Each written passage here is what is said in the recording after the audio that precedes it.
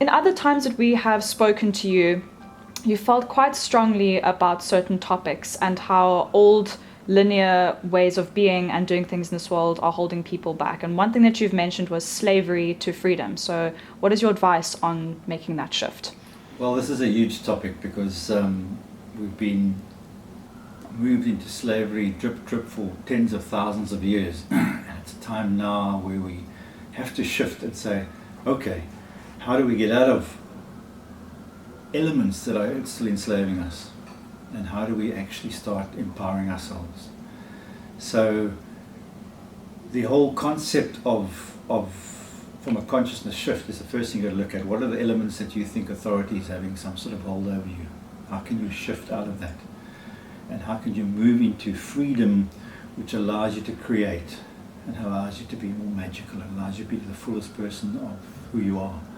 So authority is there for its own means, but we need to shift into a consciousness and a society now that gives yourself the freedom, your children the freedom, the people coming through universities, all these wonderful things. How can we actually get them to say, I'm a free person, nobody has authority over me, and I can actually do what I need to do and be the most magical person I can be on the planet. And so it's a huge thing to move from slavery into freedom, but real freedom, where we are able to do what we want to do. We're not hurting anybody else, but we're bringing our fullest self onto this planet. That's going to create more economic empowerment for everybody. That's going to create more opportunity. People are going to be far more creative.